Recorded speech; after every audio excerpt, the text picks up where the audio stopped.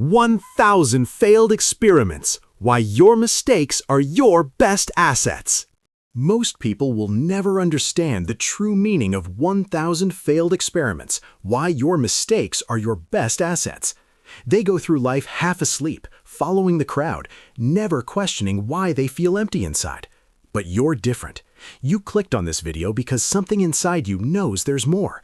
That inner voice whispering that you were made for greatness, that voice is right. And today we're going to turn that whisper into a roar. The concept we're exploring isn't just another piece of motivational fluff. It's a fundamental truth that separates those who merely exist from those who truly live. Why your mistakes are your best assets. This isn't philosophy. It's the operating system of champions. Look around you right now. Look at the people settling for mediocrity, accepting their limitations, and calling it being realistic. That's not realism. That's surrender. The world is filled with people who gave up on their dreams because someone told them to be practical. But here's what nobody tells you. Practical people build other people's dreams. Visionaries build their own empires.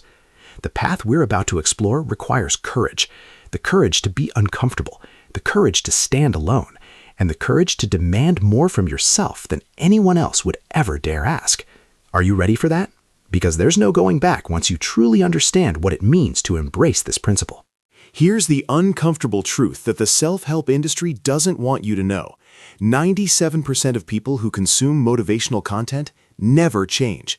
They watch the videos, read the books, attend the seminars, and then go right back to their old patterns.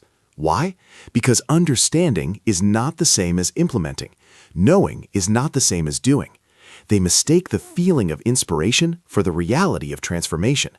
That dopamine hit from watching a powerful video tricks their brain into thinking they've actually accomplished something.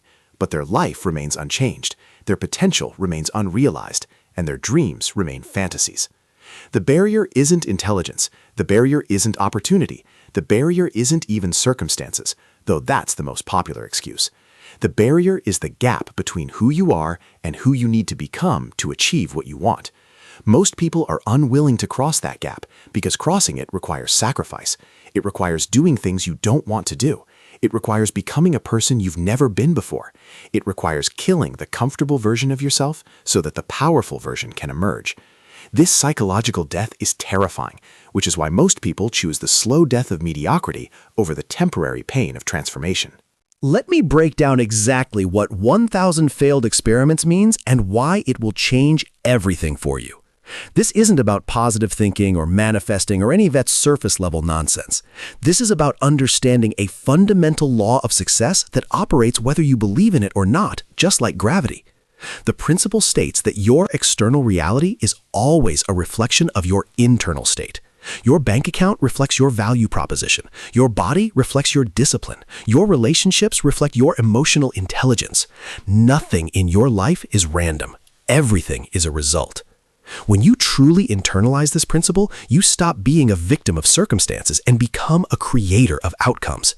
You stop asking, why is this happening to me? And start asking, what is this trying to teach me? You stop waiting for conditions to be right and start making conditions right through your actions. This shift in perspective is the difference between the masses who react to life and the elite who shape it. Your ancestors survived impossible odds so that you could exist today. They didn't fight through wars, famines, and hardships so that you could sit on your couch and scroll through social media. You owe them and yourself a life fully lived. Understanding principles is worthless without practical application, so here's exactly how to implement this in your life starting today. First, you need to conduct a ruthless audit of your current situation. Look at every area of your life, health, wealth, relationships, purpose, and give yourself an honest score from 1 to 10.